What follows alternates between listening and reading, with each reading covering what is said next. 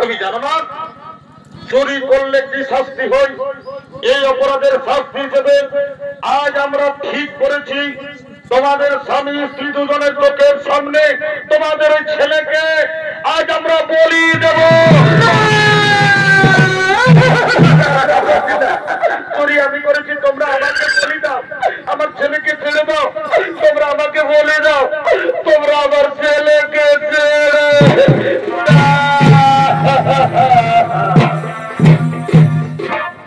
গ্রামবাসী, আমি সন্তানের মা, আমি প্রতিদিন পরের বাড়িতে কাজ করে ভিক্ষা করে আমি আমার এই দুধের পোকা ছেলেটিকে এত বড় করেছি।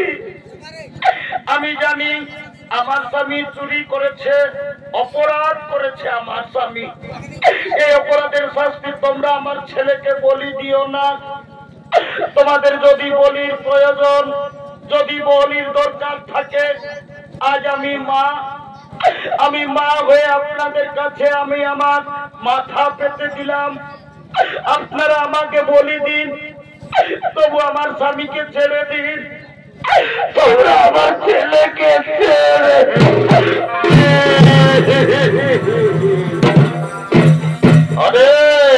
ওরে গ্রামবাসী, সোজা আঙুলে কোনোদিন ঘি উঠে না। আমার কথা শোনো, এই স্বামী স্ত্রী দুজনকে দুটি গাছে শক্ত করে বেঁধে দাও।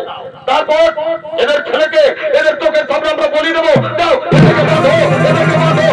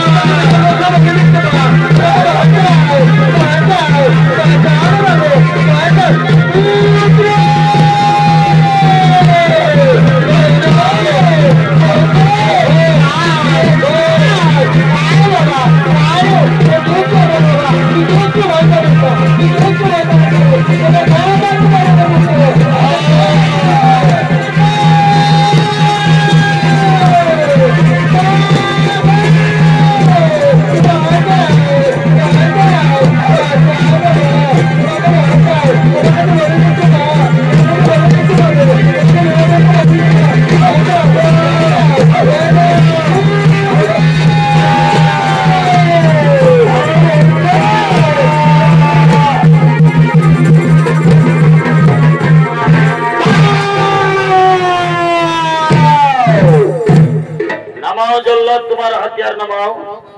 অপরাধী শিশু সন্তান নয়, অপরাধ করেছে এর বাবা, তাই অপরাধের শাস্তি তুমি শিশু সন্তানকে বলি দিও না।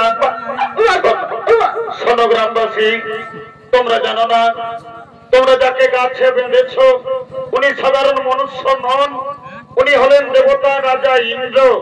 নিজ মাতা বিতির গর্ভের সন্তানকে হত্যা করার চেষ্টা করেছিল, সেই পাপ ভোগ আজ দেবরাজ ইন্দ্রকে করতে হলো। যাও যাও গ্রামবাসী যাও, ওদেরকে তাড়াতাড়ি গাছ থেকে খুলে দাও, ওদেরকে তাড়াতাড়ি গাছ থেকে খুলে দাও, খুলে দাও, খুলে দাও।